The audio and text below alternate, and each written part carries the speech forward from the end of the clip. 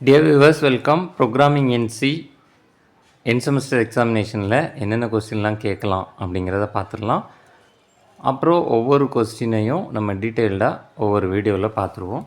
So இதில் பார்த்தீங்க அப்படின்னா ஃபஸ்ட் யூனிட் பொறுத்த வரைக்கும் 3 கொஸ்டின், அதாவது என்னென்னா basic structure of C program, next data type பற்றி பிக் கொஸ்டினில் கேட்கலாம், தேர்டு பார்த்திங்கன்னா ஐஓ ஆப்ரேஷன்ஸ் பற்றி கேட்கலாம். இந்த 3 கொஸ்டின் தான் பார்ட் சி, அதாவது பிக் கொஸ்டினில் கேட்குறதுக்கு சான்சஸ் இருக்குது. பார்ட் பி, பார்ட் சியில் வந்து இந்த 3 கொஸ்டின் தான் கேட்கலாம். ஸோ இதை வந்து நம்ம டீட்டெயில்டாக தனித்தனி வீடியோவில் பார்க்கலாம் பின்னாடி. செகண்ட் யூனிட் பொறுத்த வரைக்கும் பார்த்திங்க அப்படின்னா ஆப்ரேட்டர்ஸ் அதோட டைப்ஸ் என்ன, நெக்ஸ்ட்டு டெசிஷன் மேக்கிங் ஸ்டேட்மெண்ட்ஸ் என்னெல்லாம், லூப்பிங் ஸ்டேட்மெண்ட்ஸ் என்னெல்லாம், மொத்தமே 3 கொஸ்டின் தான். ஆப்ரேட்டர் பற்றி டீட்டெயில்டாக கேட்கலாம். டெசிஷன் மேக்கிங் என்ன அப்படின்னு கேட்டால் if statement, if else statement, if else ladder, அப்புறம் சுவிட்ச் ஸ்டேட்மெண்ட், இந்த 4 தான். நெக்ஸ்ட் லூப்பிங் பற்றி கேட்டாங்க அப்படின்னா டூ, வைலு, அப்புறம் ஃபார் லூப்.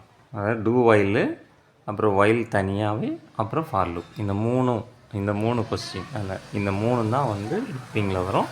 ஸோ டோட்டலாக 3 கொஸ்டின் என்னென்னு பார்த்தீங்கன்னா ஆப்ரேட்டர், டெசிஷன் மேக்கிங், லூப்பிங், இந்த 3 தான் வந்து செகண்ட் யூனிட்டில் கேட்குறதுக்கு சான்சஸ் இருக்குது. தேர்ட் யூனிட் பொறுத்த வரைக்கும் கொஞ்சம் காம்ப்ளிகேட்டட். ஸோ அதனால் இதை ஃபைனலாக எடுத்துக்கோங்க. இதில் வந்து bubble sort, selection sort, linear search, binary search, அதே மாதிரி மேட்ரிக்ஸ் மல்டிப்ளிகேஷன், டிரான்ஸ்போஸ், இந்த 6 கொஸ்டினில் ஏதாவது 2 வந்து கேட்குறதுக்கு சான்சஸ் அதிகம். ஸோ 6 கொஸ்டின் அப்படிங்கும்போது இந்த லீனியர் சர்ச், பைனரி சர்ச், இது ரெண்டுமே சேர்த்து தான் கேட்பாங்க மேக்ஸிமம். ஸோ இது வந்து ஒரு தனியாக ஒரு கொஸ்டின் எடுத்துக்கோங்க.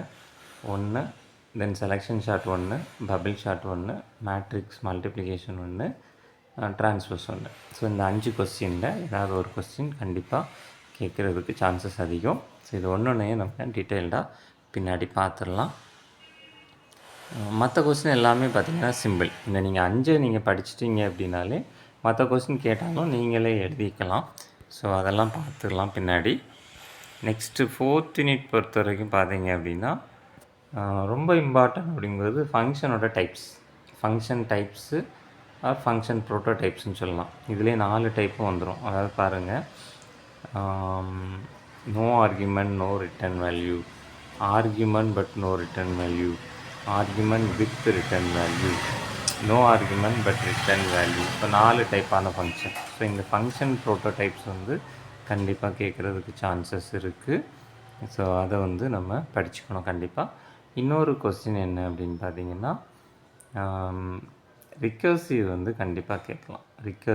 ரிக்கர்சிவில் இருந்து ஒரு 4 மார்க்கோ இல்லை 8 மார்க்கு இல்லை 12 மார்க் வரைக்கும் வந்து கேட்கலாம். ரிக்கர்சிவ் கேட்டாங்க அப்படின்னா ஃபேக்டோரியல் ஃபைண்ட் அவுட் பண்ணுற ப்ரோக்ராம், அது சிம்பிள் ப்ரோக்ராம் தான். ஸோ அந்த ப்ரோக்ராம் வந்து கண்டிப்பாக படிச்சுக்கோங்க.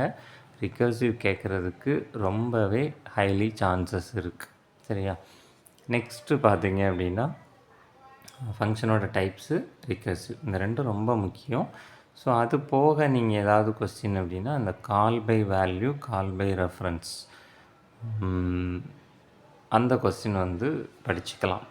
கால் by value, call by reference அப்படின்னு சொல்லி. ஏன்னா call by value, call by ரெஃபரன்ஸ்னு வரும்போது நம்ம அதில் பாயிண்டர் வந்துடும். ஸோ அதனால் அந்த பாயிண்டரில் இருந்து அந்த கொஸ்டின் வந்து கேட்குறதுக்கு சான்ஸ் இருக்குது. ஸோ மெயினாக அந்த 2 கொஸ்டின், ஃபங்க்ஷனோட டைப்பு, ரிகர்ஷன், அது போக call by value, call by reference வந்து எடுத்து படிச்சுக்கோங்க. அதை கடைசி ஆப்ஷனாக வச்சுக்கோங்க.